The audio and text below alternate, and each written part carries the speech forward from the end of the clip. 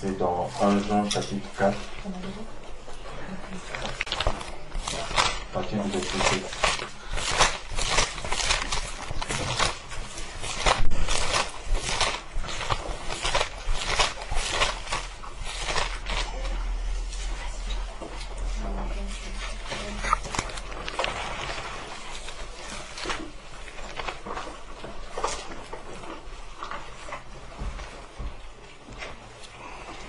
Amen. Amen. Je lis la parole du Seigneur.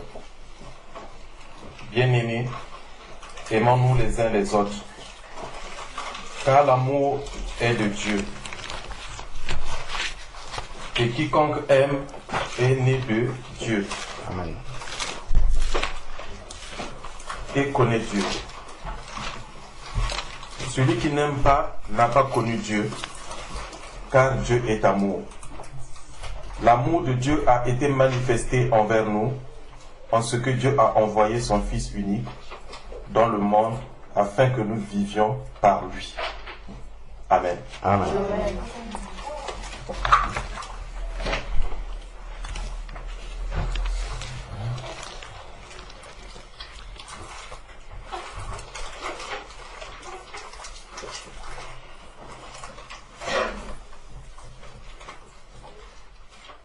Comment est l'amour? Patient. On soupçonne pas le mal. Pardonne tout. On ne s'en fait pas d'orgueil. Amen.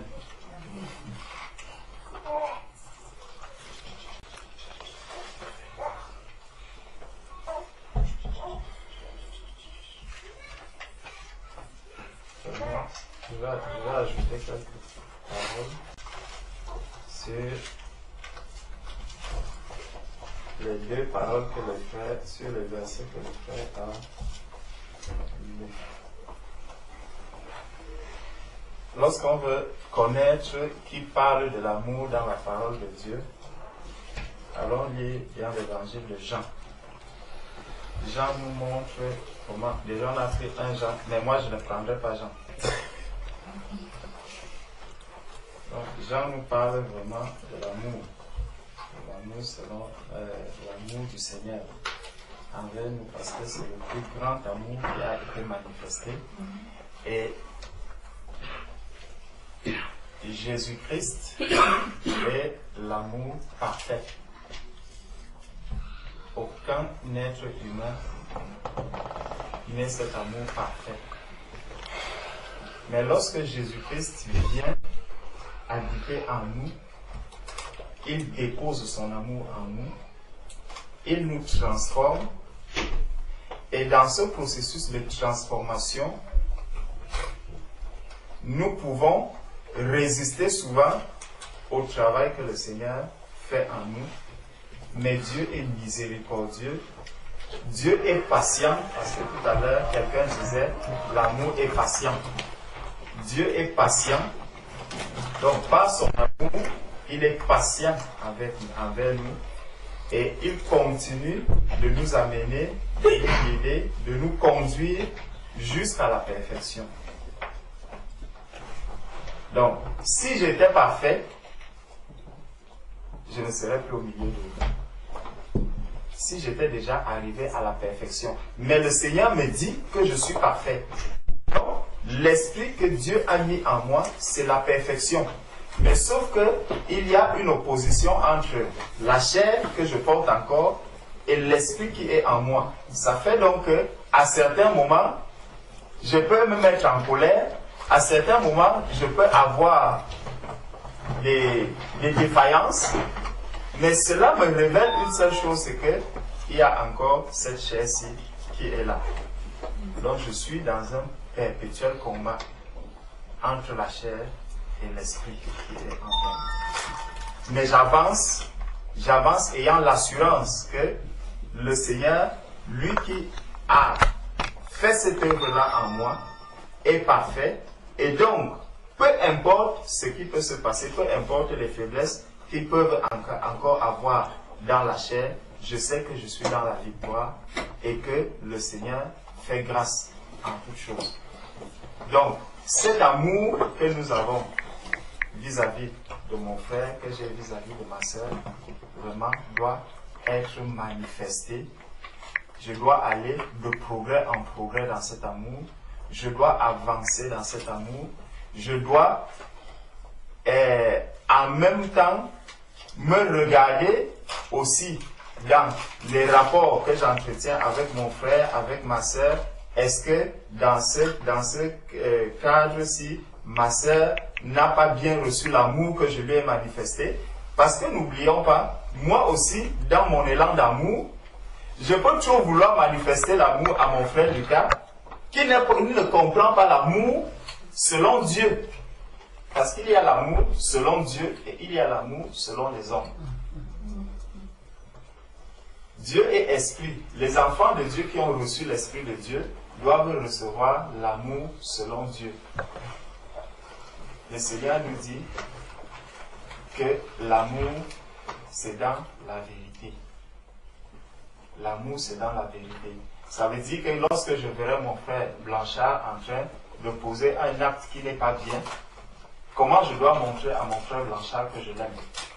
En venant lui dire, frère, l'acte que tu as posé, il n'est pas bien.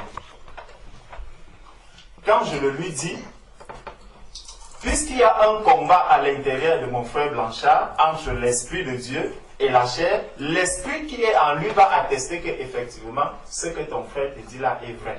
Mais la chair va lui montrer que non, le frère qui est là, lui, il l'a montré qu'il est juste. Il l'a montré qu'il est bon. Il l'a montré qu'il est droit. Pourquoi c'est lui qui vient te le dire? Est-ce que les autres n'ont pas vu comment tu faisais cela et se sont tus? Non, mon frère. Si tous les autres l'ont vu et que moi je viens seul te le dire, c'est moi qui t'aime selon Dieu. Amen. Les autres ne t'aiment pas. Donc ça, il faudrait qu'en tant qu'enfant de Dieu, qu'on puisse toujours avoir une vision spirituelle des choses et non pas une vision selon la chair. C'est très important. Parce que même quand on parle de la patience, il ne faudrait pas que je sois patient selon la chair. Il faudrait que je sois dans la patience, dans une patience qui sauve. Parce que la patience que j'ai, je ne vais pas laisser mon frère en train de commettre l'adultère à côté de moi et me dire non, vraiment, je vais être patient avec lui. Il est encore trop faible pour que je puisse lui parler de l'adultère maintenant, pour que je puisse lui parler. Non. Il faudrait que dans sa marche, que je lui montre que frère, tu es en train de faire quelque chose de mal, mais sache que je t'aime, je suis avec toi. Je ne cesserai pas de te rappeler que frère, attention, fais attention à l'endroit où tu vas. Fais attention, arrête-toi, ne continue pas. Ça, c'est la patience que je veux manifester vis-à-vis de mon frère.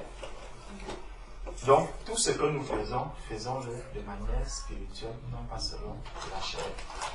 Et ça, si on n'essaye pas de prendre les choses par l'esprit, on peut souvent avoir une mauvaise appréciation. Une mauvaise appréciation des actes que nous posons. Parce que ce qui est sûr, au milieu de nous, nous n'avons pas tous la même maturité spirituelle. Il y a forcément des personnes qui sont encore faibles spirituellement. Et lorsque quelqu'un qui a une maturité spirituelle va agir d'une certaine manière, celui qui est faible forcément ne le prendra pas, peut forcément ne pas le prendre de la bonne manière. Et se dire que celui-ci, regarde comment il est. Lui, c'est un orgueilleux. Lui, c'est quelqu'un qui il est enflé d'orgueil. Il ne veut pas se rabaisser et tout. Pourtant, en fait, si tu examines vraiment par l'esprit, là, ce qu'il est en train de te dire, c'est pour ton bien. Parce que celui qui a la maturité spirituelle, il comprend ce que c'est que le retour de Jésus. Il comprend ce que c'est que se préparer à rencontrer Jésus-Christ. Le Seigneur a dit, recherchez la paix et la sanctification. Recherchez la paix et la sanctification. Donc, sanctifions-nous davantage. Éloignons-nous davantage du péché. Quelqu'un qui est mature comprend ces choses et agit en conséquence. Tandis que quelqu'un qui n'a pas encore atteint la maturité spirituelle, il peut s'embarquer dans des choses qui ne vont pas le rapprocher davantage de Jésus, qui ne vont pas le mettre dans une posture de préparation véritable au retour de notre Seigneur et Sauveur Jésus-Christ. C'est très important. Donc, le Seigneur lui-même, il nous dit qu'il a fait les uns comme apôtres, les autres comme prophètes, évangélistes, pour le perfectionnement des saints. Pour le perfectionnement des saints. Les saints doivent aller de perfectionnement en perfectionnement pour attendre le retour de Jésus-Christ. Et nous devons perfectionner l'un dans l'amour. Donc, quand on regarde ici, dans 1 Corinthiens, chapitre 13, je disais que Jean a parlé de l'amour, mais Paul nous a aussi présenté l'amour. Il nous a présenté l'amour d'une certaine manière. Et il dit, quand je parlerai les langues des hommes et des anges, si je n'ai pas la charité, je suis un errant qui résonne. Ou une cymbale qui retentit. Donc, je peux parler les langues des hommes, je peux parler les langues des anges, mais s'il n'y a pas l'amour dans tout cela, cela ne sert à rien. C'est ce que le Seigneur nous dit. Et quand j'aurai le don de prophétie, la science de tous les mystères et toute la connaissance, quand j'aurai même toute la foi jusqu'à transporter les montagnes, si je n'ai pas la charité, je ne suis rien. Regardons un peu ce que le Seigneur nous dit au travers de ces paroles en ce qui concerne l'amour. Le Seigneur nous dit que si j'ai le don de prophétie, ça veut dire que je vais donner une parole sur la vie de mon frère ou de ma soeur. Cette parole pourra s'accomplir. Elle va s'accomplir. Je suis un vrai prophète. La science de tous les mystères, donc il y a des mystères que beaucoup de personnes n'arrivent pas à détecter, à trouver la clé. Moi je viens, chaque fois qu'il y a quelque chose de difficile et tout, je regarde, je dis, mais faisons un peu comme ça. Quand on fait, ça réussit. Gloire à Dieu. Toute la connaissance, j'aurai même toute la foi jusqu'à transporter les montagnes. Si je guéris les malades, ce n'est pas la foi. Qui donne la foi? C'est le Seigneur. Donc, je n'ai rien fait pour que quelqu'un guérisse. J'ai appelé le nom de Jésus-Christ. C'est le Seigneur qui m'a donné la foi. J'ai grandi dans la foi. Je guéris le malade. Donc, tout ce que je vais faire par la foi, le Seigneur me dit, c'est bien.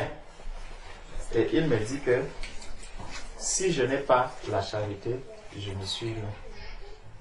Donc, regardons un peu le standard auquel le Seigneur place l'amour. L'amour parfait. L'amour de Dieu. L'amour que Christ nous a manifesté à la croix, où tous les hommes l'ont insulté, tous les hommes l'ont renié, tous les hommes l'ont rejeté, alors que c'est lui qui est le créateur de tous ces hommes. On n'a pas dit que les animaux, quand on parle de Jésus à la croix, je ne pense pas qu'on dit que les animaux étaient là pour se moquer de lui. Pourtant, c'est lui qui a créé les animaux. C'est lui qui a créé les arbres. Et ce qui est curieux, c'est que c'est un arbre qu'il a porté. Regardez un peu la différence entre l'être humain et l'arbre. C'est sur un bois qu'il a été cloué, dont le bois a quand même pu prendre le corps de Jésus-Christ. Il a accepté porter Jésus-Christ, que l'homme a rejeté, que l'homme a refusé, alors qu'il est venu pour sauver cet être humain. Regardons un peu l'amour de l'être humain.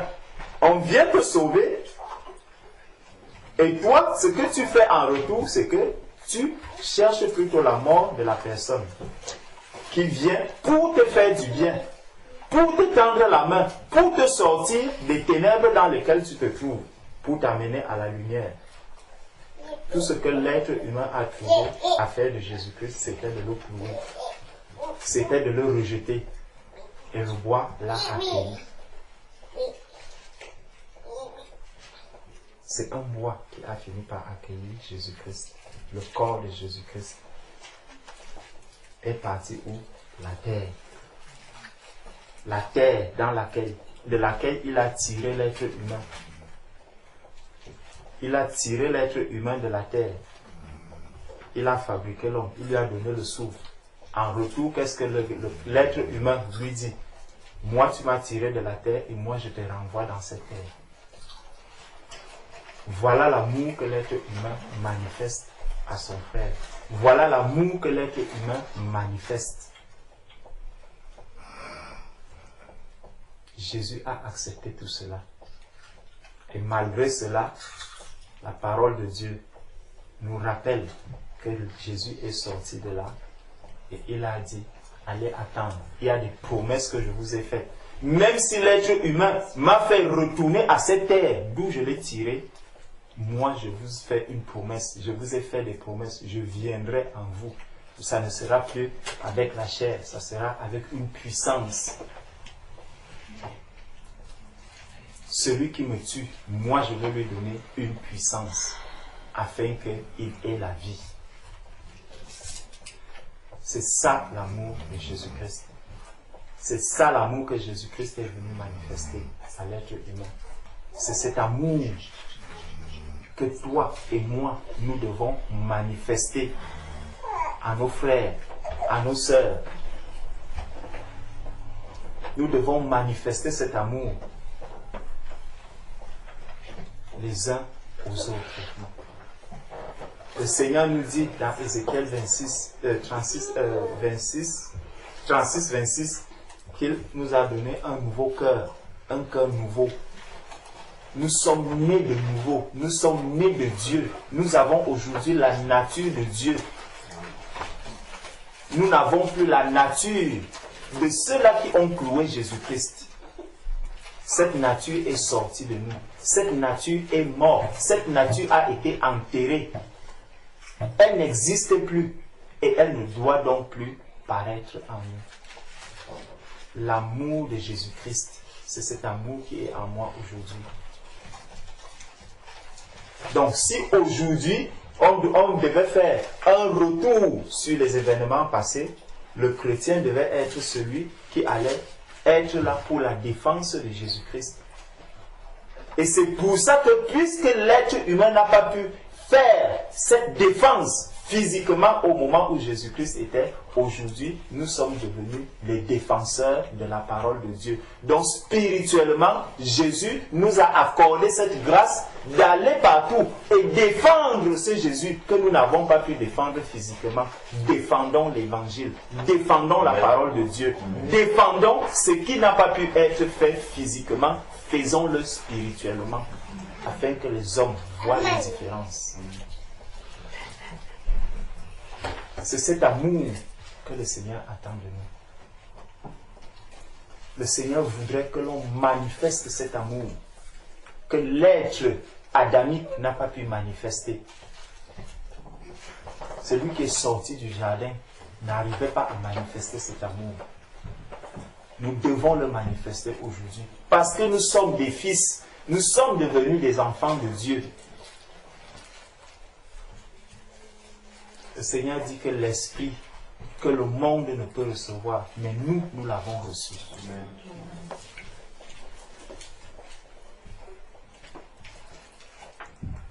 Étant devenus enfants de Dieu, manifestons la nature de Christ. Donc, il dit, on était au verset 4, au verset 3. Et quand je distribuerai tous mes biens pour la nourriture des pauvres, donc je vais faire des dons, je vais faire tout ce que je peux faire. Il dit, quand je livrerai même mon corps pour être brûlé, si je n'ai pas la charité, cela ne me sert de rien. Donc tout ce que je fais doit être motivé par l'amour.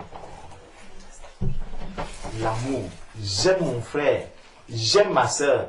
Voilà pourquoi, quand il sera dans une situation difficile, je vais le soutenir. Quand il sera dans une situation que moi-même je ne comprends pas, je me demande, mais qu'est-ce que mon frère, pourquoi, comment mon frère peut se retrouver dans une telle situation, je dois me tourner vers lui. Je dois chercher à comprendre, je dois chercher vraiment à manifester le vrai amour vis-à-vis de mon frère. L'amour parfait. Et c'est là donc qu'il arrive. La charité est patiente. Elle est pleine de bonté. La charité n'est point envieuse. Si je commence à envier ce que ma soeur a, si je commence à envier ce que mon frère a, la parole que nous lisons là nous dit que ce n'est plus la charité.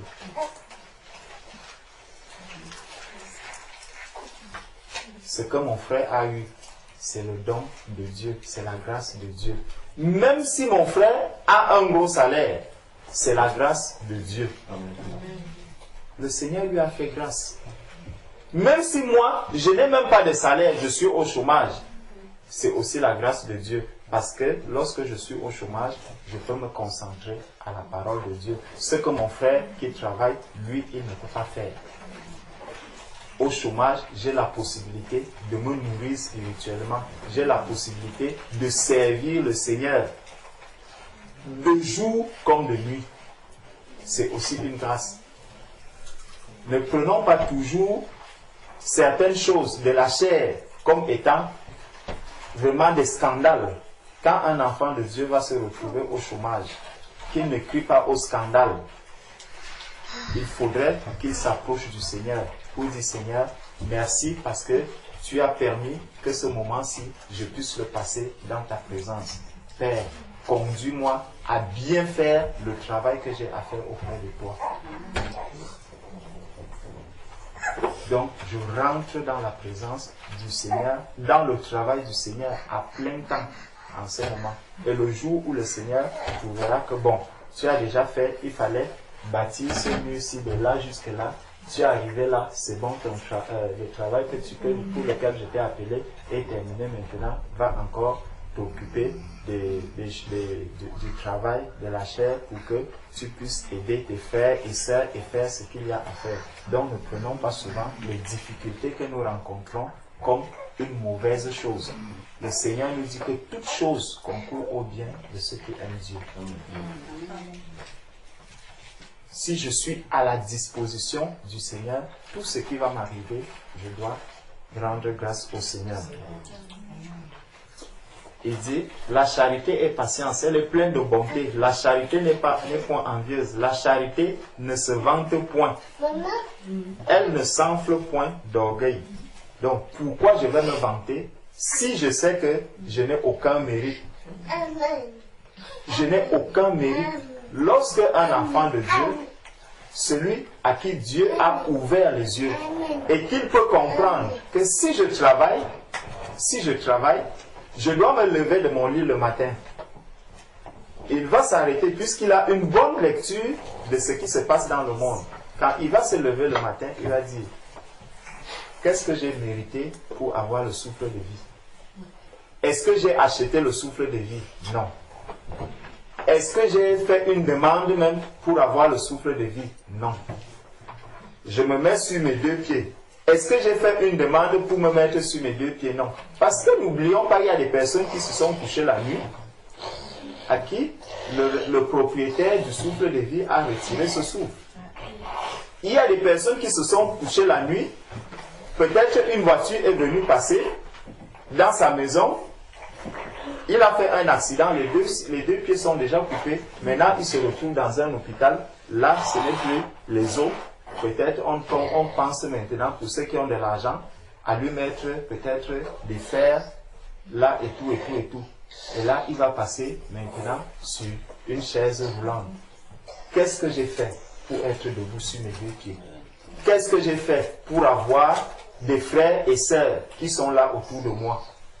Rien. Qu'est-ce que j'ai fait pour avoir même une maman comme celle-ci à côté de moi? Rien. Ne l'oublions pas, il y a des personnes qui sont sur la terre, qui vont te dire, je suis tout seul. Ma sœur disait tout à l'heure que les gens pensent qu'elle est seule, mais elle a une grande famille. C'est une grâce. Amen. Amen.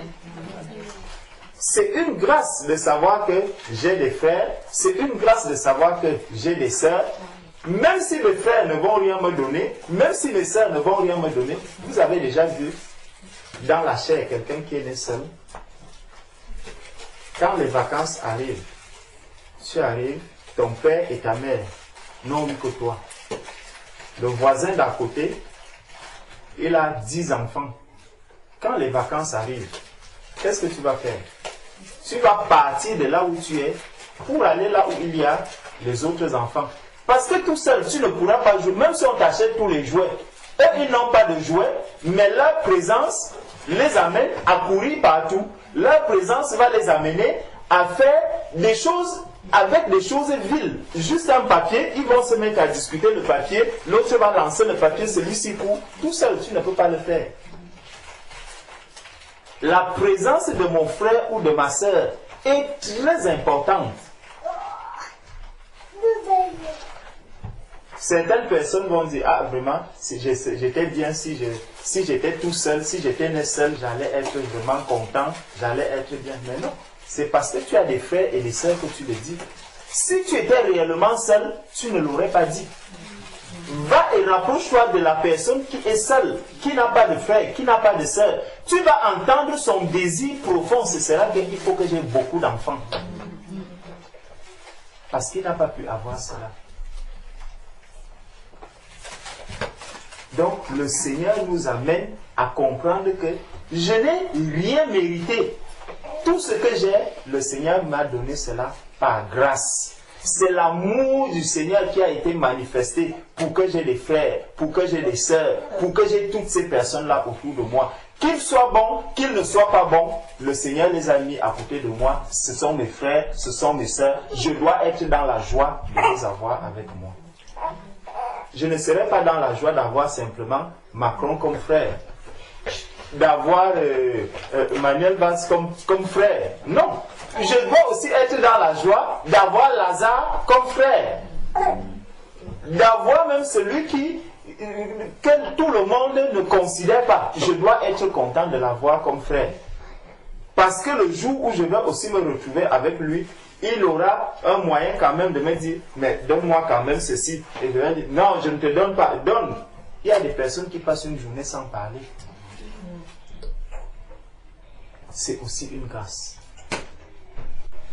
Sachons aimer comme Jésus-Christ a aimé. N'aimons pas comme ceux qui ne connaissent pas Jésus. Aimons comme Jésus a aimé. Il nous dit qu'il ne faisait exception, il ne fait exception de personne. Riche, tu es son fils. Pauvre, tu es son fils. Il a même laissé le fils, il a dit, je ne suis pas seulement votre père, je suis votre frère.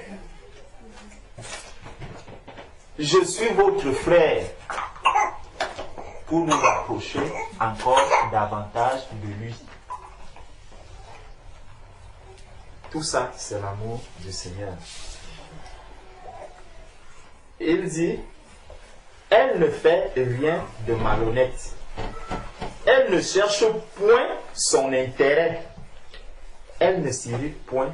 Elle ne soupçonne point le mal. C'est très important de voir ces choses. Elle ne fait rien de malhonnête. Donc si j'aime mon frère, si j'aime ma soeur, je n'ai pas à faire de la malhonnêteté avec lui. Je n'ai pas à faire de la malhonnêteté. Je n'ai pas à chercher mon propre intérêt.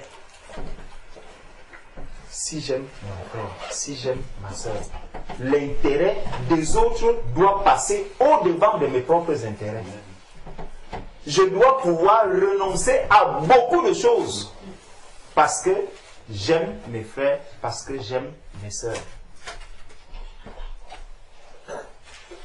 L'apôtre Paul, au-delà de cet amour, lui, il était en train de dire que je renonce même au droit que j'ai par rapport à mon apostolat et tout, à cause de l'évangile. Parce que si nous sommes unis les uns les autres, c'est à cause de l'évangile. C'est à cause de Jésus-Christ. Jésus-Christ est la parole de Dieu. Jésus-Christ est l'évangile. Jésus-Christ c'est lui le socle, c'est lui la base de ce qui nous rassemble. C'est Jésus-Christ.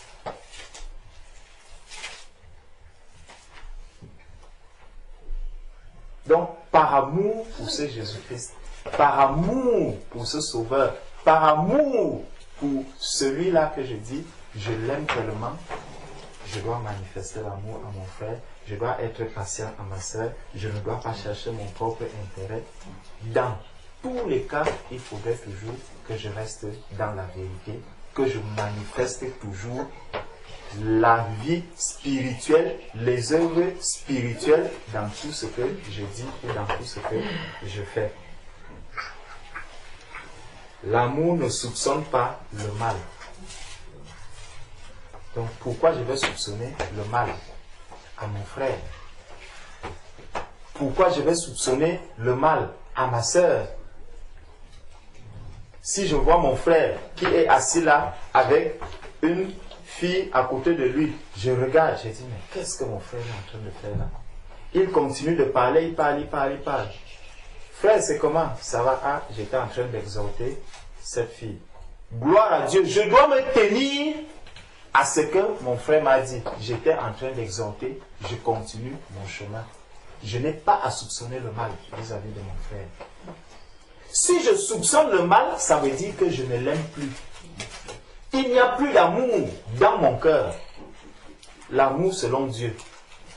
Parce que c'est dans le monde où, dès que je veux voir quelqu'un assis à côté de lui, ah, celui-là, lui c'est un dragueur. Il est déjà en train de le draguer. Non. Je sais d'office que voici un enfant de Dieu. Donc, il ne va pas draguer les filles.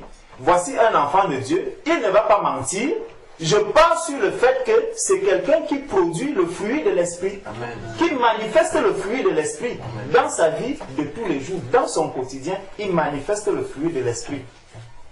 Et ça, le seul fait même déjà dans mon cœur d'avoir cette assurance vis-à-vis de mon frère, vis-à-vis de ma soeur, c'est aussi une grâce de savoir que ce que je pense dans mon cœur va se manifester dans la vie de mon frère. Parce que si je commence à soupçonner toujours le mal vis-à-vis de mon frère ou vis-à-vis de ma soeur, n'oublions pas une chose, nous avons l'Esprit de Dieu en nous. Nous avons l'Esprit Saint en nous. Donc si je commence à soupçonner le mal, je vais rentrer, si celui-là n'est pas affermi, à chaque fois je vais lui dire, ah, je t'ai vu. Qu'est-ce que je faisais? Mais tu étais encore en train de draguer.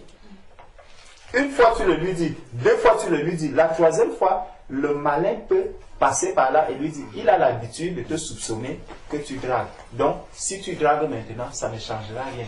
Fais-le.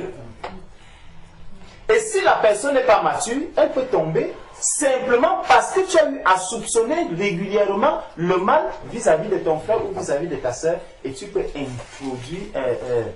faire tomber ton frère ou ta soeur. Donc apprenons à manifester l'amour. Tout enfant de Dieu doit manifester l'amour de Dieu. Ne pas soupçonner le mal, c'est très important. Restons dans la lumière, restons dans la vérité, parce que Christ est la vérité. Christ est la lumière, et c'est lui que nous sommes en train de voir là. Elle ne se réjouit point de l'injustice, mais elle se réjouit de la vérité. Donc quand il y a de l'injustice, il ne faudrait pas que je sois dans la joie. Lorsqu'il y a des choses qui sont injustes, flagrantes devant moi, je ne dois pas être dans la joie en tant qu'enfant de Dieu. Tout enfant de Dieu aucun enfant de Dieu ne doit se réjouir de l'injustice. C'est ce que cette parole me dit. Elle excuse tout. Elle croit tout. L'amour croit tout. Ça veut dire, mon frère Rachel me dit, ah, Je suis parti de la maison, vraiment, les bouchons, et il y avait beaucoup de bouchons en route. S'il n'y avait pas de bouchons, gloire à Dieu. Mon frère m'a dit, il y avait trop de bouchons. Je crois à ce que mon frère a dit. C'est un enfant de Dieu. Tu peux me tromper, tu ne tromperas pas Dieu. Dieu est là. Ses radars sont là. Il te voit, il te suit sur toute ta marche. Il est avec toi. Moi, ce que j'ai à faire, c'est d'obéir à la parole de Dieu qui me dit, crois à ce que ton frère a dit. Ne soupçonne pas le mal. Donc, elle excuse tout, elle croit tout, elle espère tout, elle supporte tout. La charité ne périt jamais. L'amour de Jésus-Christ n'a jamais péri. Depuis la Genèse, il nous a créés à son image. Jusqu'à la fin, il est toujours là. Il nous appelle. Il dit, vous serez avec moi. Il nous montre comment est-ce que le royaume est. Il nous dit, je vais vous préparer des places. Malgré toute l'iniquité qui se passe dans le monde, l'amour de Jésus n'a jamais changé. Il est resté le même. C'est ce Dieu-là qui habite en nous. C'est lui qui nous dit que nous sommes ses enfants. Nous avons son esprit. Donc l'esprit du Seigneur doit manifester le même amour en moi. C'est l'amour de Jésus-Christ que je dois manifester aujourd'hui partout où je suis. La charité ne périt jamais. Les prophéties prendront fin. Les langues cesseront. La connaissance disparaîtra. Car nous connaissons en partie et nous prophétisons en partie. Mais quand ce qui est parfait sera venu, ce qui est partiel disparaîtra. Oh Seigneur. Lorsque j'étais enfant, je parlais comme un enfant, je pensais comme un enfant, je raisonnais comme un enfant. Lorsque je suis devenu homme, je fais disparaître ce qui est de l'enfant. Ce qui est de l'enfant doit disparaître lorsque on devient homme. La maturité spirituelle se révèle aussi au travers des actes de l'amour que l'enfant de Dieu manifeste. Je dois désirer grandir dans le Seigneur. Je dois désirer progresser dans le Seigneur. Donc voilà ce que je voulais ajouter par rapport à ce que le frère Rachel a dit. Amen. Amen.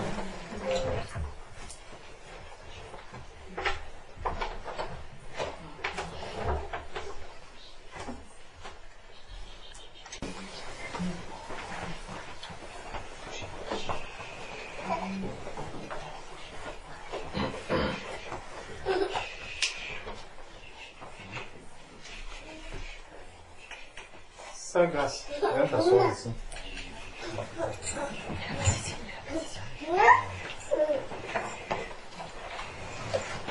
Non, laisse-moi ça. Moi, je prends. Vous êtes trois.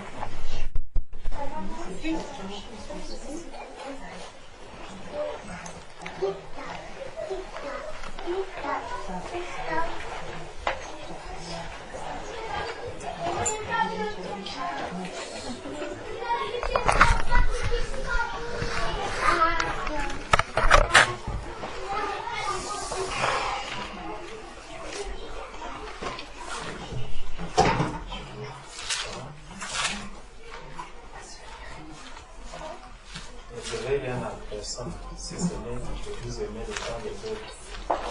L'amour est une dette. Vous devez m'aimer comme je suis.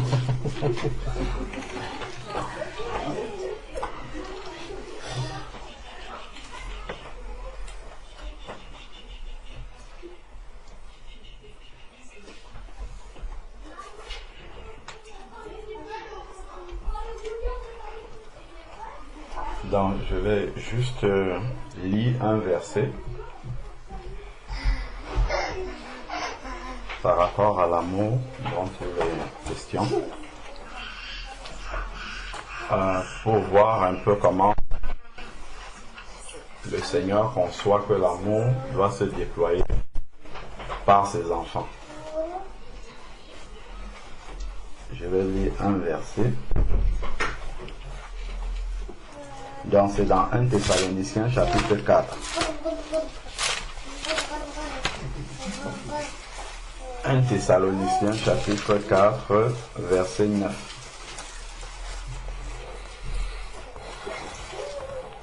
Bon, je crois que ça continue jusqu'au verset 10. 1 Thessaloniciens chapitre 4 verset 9 à 10, il est dit: pour ce qui est de l'amour fraternel, vous n'avez pas besoin qu'on vous en écrive, car vous êtes vous-même instruits par Dieu en vue de l'amour réciproque. Pour ce qui est de l'amour fraternel, vous n'avez pas besoin qu'on vous en écrive, car vous êtes vous-même instruits par Dieu en vue de l'amour réciproque. Donc c'est Dieu lui-même qui nous instruit sur l'amour. Donc, s'il faut que j'appelle la sœur Claire pour savoir si elle a pris des nouvelles du frère Sébastien, ce n'est pas normal. S'il faut que je lui rappelle ça, ce n'est pas normal. Parce que c'est Dieu qui l'instruit là-dessus.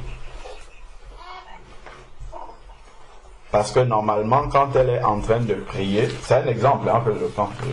Quand elle est en train de prier, le Seigneur lui-même lui rappelle: tiens, ça fait longtemps que tu n'as pas été en contact avec frère Sébastien. Et c'est à elle maintenant d'obéir et de dire: je vais prendre de ses nouvelles. Moi, ça m'arrive souvent que lorsque je suis en train de prier, le Seigneur m'arrête même d'abord. Arrête-toi maintenant. Appelle un tel ou envoie-lui un message et après je continue à prier. Amen. Et généralement, quand j'obéis à ça, le message que je vais envoyer va taper exactement net, parce que cette personne-là avait besoin d'entendre ça à cet instant.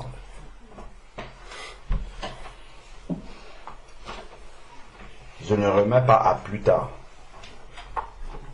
Ça, c'est un exemple pratique de la manière dont Dieu nous instruit sur l'amour. Si Dieu nous dit: va rendre visite à tonton Nicanor aujourd'hui, c'est qu'il faut que tu ailles là-bas aujourd'hui, pas demain. Parce que Dieu sait pourquoi il te demande d'aller là-bas aujourd'hui. Donc c'est important de savoir que pourquoi Dieu nous instruit comme ça. Excusez-moi, il y a dit que je ne commentais pas, mais bon, il y a des pensées qui me viennent, je vais quand même les dire, parce que je vais passer rapidement, monsieur. C'est ce que le frère a dit tout à l'heure, c'est parce que nous avons reçu le cœur du cœur. Donc cet amour-là est en nous. C'est pas quelque chose qu'on va chercher. Dieu nous a donné le cœur nouveau, et dans ce cœur nouveau-là, il y a cet amour. Il faut juste le laisser se déployer. Donc, on n'a pas besoin qu'on nous en instruise là-dessus. Et ensuite, maintenant, il dit, verset 10, c'est aussi ce que vous faites envers tous les frères de la Macédoine entière. Donc, c'est un amour que nous manifestons envers tous les frères de la Macédoine ici. Donc, on n'a pas à trier ses frères. On n'a pas à trier ses sœurs. On n'a pas à dire: moi je préfère être en contact avec frère Dachel. Tant pis pour frère Lucas. Non. C'est avec tous les frères. Après maintenant, cela ne veut pas dire que on ne peut pas avoir des affinités les uns avec les autres. Ça, on va être plus en contact avec un ou avec l'autre ou avec plusieurs, parce qu'il y a des choses qu'on gère en commun. Mais nous devons toujours avoir ce souvenir, en fait, que nous avons le cœur de Jésus-Christ et que Jésus n'a jamais trié pour sauver quelqu'un. il sauvait tout le monde. Même aujourd'hui encore, je lisais, quand Jésus faisait les guérisons, il ne choisissait pas ceux qui guérissaient. On dit toujours, tous les malades qui venaient guérissaient. C'est sûr que parmi eux, il y en avait plusieurs qui ne devaient pas le suivre, mais ça, ce n'était pas le problème de Jésus-Christ. Et il y en avait plusieurs qui étaient peut-être dans le péché, mais il les guérissait tous parce que c'est comme ça son amour. Et c'est de cette manière-là que nous devons aussi déployer l'amour. Bon, donc c'est juste le tout là sur lequel je voulais nous attirer notre attention. Mais nous vous exhortons, donc il ne s'est pas arrêté à dire, bon, comme vous avez cet amour-là, c'est bon. Il dit, mais nous vous exhortons, frères, à progresser encore. Donc, nous devons toujours aller de progrès en progrès. Donc, si je vois que je n'ai pas souvent l'habitude de prendre les nouvelles de prendre des choses basiques, de prendre les nouvelles de la sœur Solange, il faut que, dès que j'en ai pris conscience, je me mets au travail, tout simplement. Il n'y a pas à réfléchir de midi à 14h pour prier. Il faut juste que je l'appelle, c'est tout. C'est aussi simple que ça. Il faut que quand ma conscience, quand Dieu m'interpelle comme ça dessus, que je passe à l'action, tout simplement. C'est comme ça que